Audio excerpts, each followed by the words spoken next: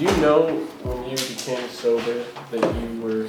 Sober? Yeah, because I spent 28 days in rehab. Well, obviously that part, but you obviously didn't think you were going to stick with it, let's be honest. No one...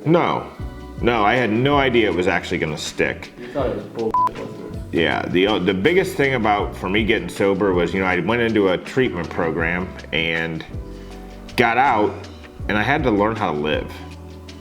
I had lived the past 22 years drunk, and for the most part, even, anytime I could possibly have a drink in my hand, I did.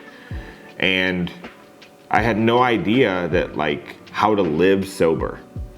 Here I was, 36 years old, and had to realize, how to have a relationship. And it's funny, Gina and I talk about it, when I got out of rehab, she had to make the decision, did she want to stay with me, right?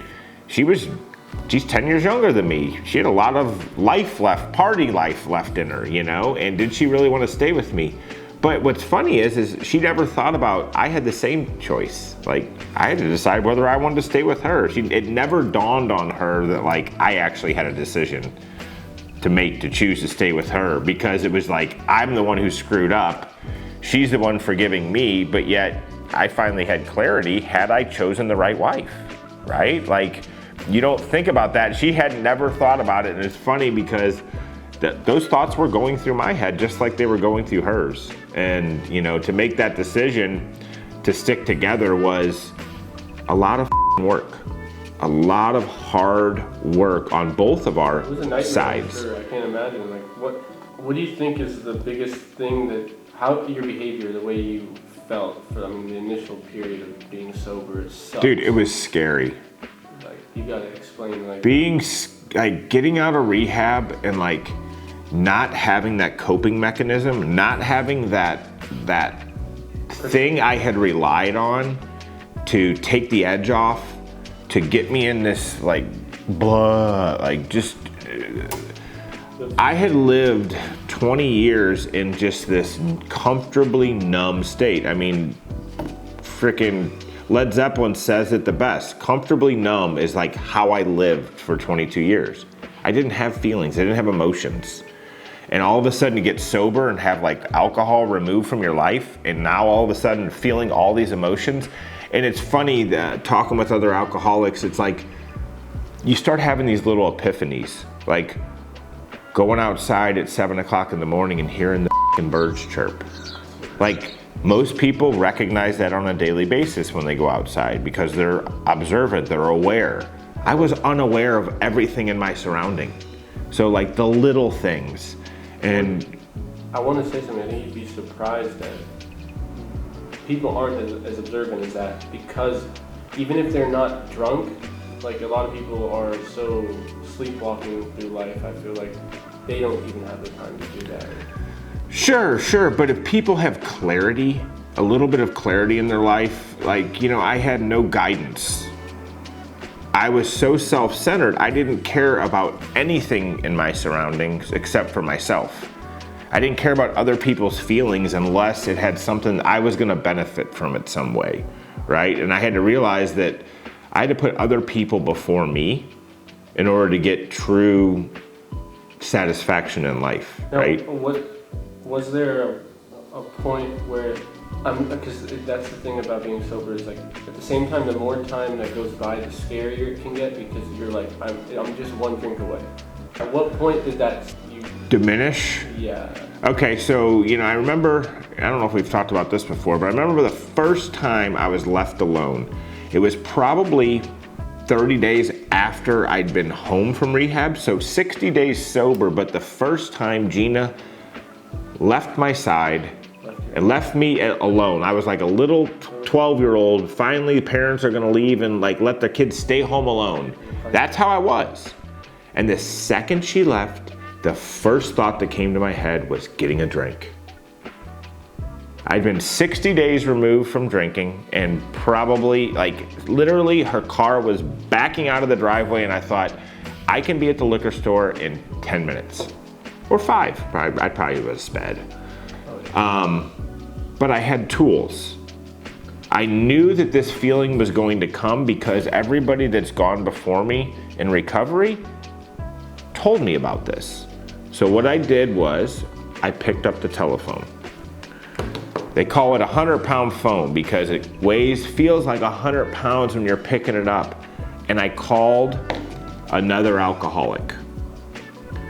And the most miraculous thing happened to me right then and there, 60 days sober. Another alcoholic answered the phone and he goes, "Hey, what's up, man?" That thought, that feeling, everything that was consuming me at that time completely went away. I had just hearing his voice, knowing someone was there to help me, like the thought of getting in the car and going and ruining the last 60 days, like completely left me. We didn't even talk about the fact that I was gonna go get in the car and go drive and get a drink. We just talked. Normal, everyday, what are you doing? What's going on? Blah, blah, blah. But the feeling I had, the anxiety I had, the angst that was in me left immediately. And that is probably one of the biggest gifts I've gotten in recovery, was the fact that I did that the first time. So guess what? I now knew it worked for any other time I ever had that feeling. And I had that feeling probably 10, 12 times, over the last 10 years, where I picked up the phone, talked to another alcoholic, and boom, it was gone. So you said all he said it was, "Hey, what's up, man?" It's just his presence, or did he actually say, obviously, that's what released the feeling, just having him, like hearing his voice, knowing he's there? That's the miracle of it. Was it like, I can't explain it. And I don't even want to know why it works, because I just trust that it does. It did, and I've been able to trust it. But guess what I did? I did the hardest thing, was picking up that phone. Most other alcoholics, a lot of alcoholics, weren't that lucky. And they took the easier, softer road. Trust it. Yeah. Right, so that was the thing. It's like a lot of people go to rehab or go to these things to try to help themselves, but then they don't trust that they're going to apply it. And what's funny is talking about this right now, I just had another epiphany. I need to share that experience of picking up that phone with more alcoholics on a regular basis, so they understand and know that it works. Yeah. Because I see so many people that don't pick up the phone. Because they're saying, and all they do is spiral back out of control. Well, that's the thing. I think people, you have to think, when you first got out of it, you had those 30 days luckily with it. But some people get out of it and they're straight back to being on their own, right? Well, the biggest thing that they tell you this in rehab is, if you don't change your people, places, and things, you're probably going to end up back where you were, right? So I had to change the people I hung out with. My friend's dad. Yeah, literally the biggest. The biggest, dude. And the biggest, yeah. So I had to change my people, my places. I didn't go hang out at the bar that I used to hang out at. Like, oh, I'm just gonna go there and drink soda. Like, yeah, right, come on. And things, I had to change the things I did. I had to stay away from places that could be what they call triggers in recovery. Triggers are what maybe trigger a thought of the last time you were there and it was so great because you were drinking, and guess what? You go get a drink. Now, there's this point I think that someone would reach, is that whether it's 6 months, a year, or something, where it's, or even before that, the idea of having to be sober for the future is what am I gonna do with myself to occupy that void that was filled by alcohol, right? So that's what got you. The number one thing that kept me drunk was fear. Fear of not having another drink. For so many alcoholics, so many people in addiction, your crutch, your drug of choice, mine of course was alcohol, it becomes your best friend. It's who you turn to when things are good, bad, no news. I drank every day. So like it was removing that from your life, like that's like somebody who's absolutely, totally like I am with my wife Gina, like I'm totally in love with her. I couldn't imagine life without her. That's how I felt about alcohol. I couldn't imagine life without it.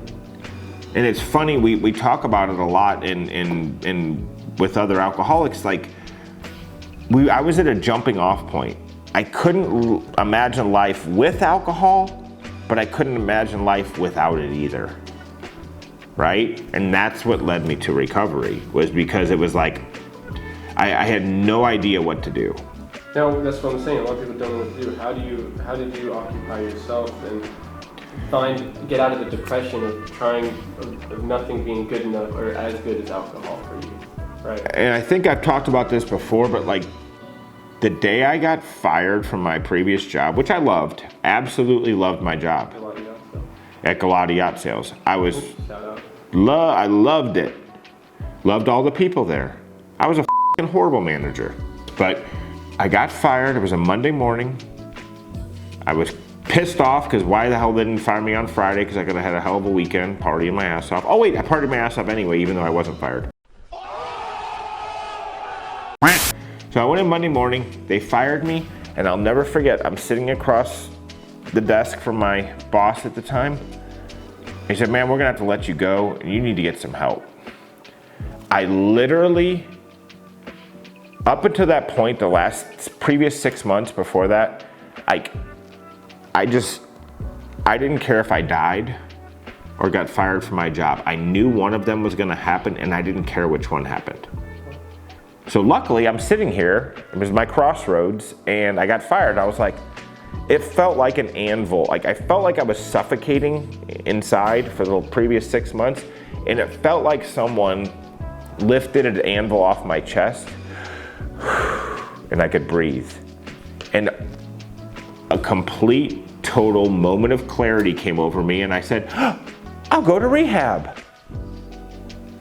How in the I couldn't have thought about that in the previous 6 months, where I contemplated suicide multiple times, would go to bed going, God, I hope I don't wake up tomorrow, like ever again. Like those thoughts were daily thoughts for me. And all of a sudden I got fired from my job, and I'll go to rehab. It was like, what the I mean, that's the delusion. That's the denial of alcoholism. It literally is the only disease there is. It truly is a disease. American Medical Association deemed it a disease, I think in 1956. It's the only disease that literally lies to you. Tells you in the back of your head that you don't have a problem, when truly you do. Denial is so huge with the disease. Like I thought everybody was as drunk as I was. Like in my own delusional world, everybody was as drunk as I was. Because you just see one person with drinking, that means that they're drunk. Perfect example, we've talked about it before. I went to Vegas multiple times drunk, like when I was drinking. I remember Vegas, everybody with a drink in their hand, 24/7, partying their asses off. I've been to Vegas probably 15 times since I've been sober. I've seen like 3 drunk people. So to me, like that is the best reflection of the world I was living in, the delusional world, and reality. Like delusion, reality. Like that is probably the best like way to sum up the story, you know? No, so now one thing about the conversation with, what triggered I mean, I get it, like losing your job meant you needed to do something now at this point? Is that what said, I'll go to rehab? Like, oh yeah, I mean, but guess what? I immediately thought, I'll go to rehab. And then when I got my out of my office, I went straight to the liquor store. Because I had to get one last drunk. If I was gonna lose my best friend forever, I wanted one last hurrah.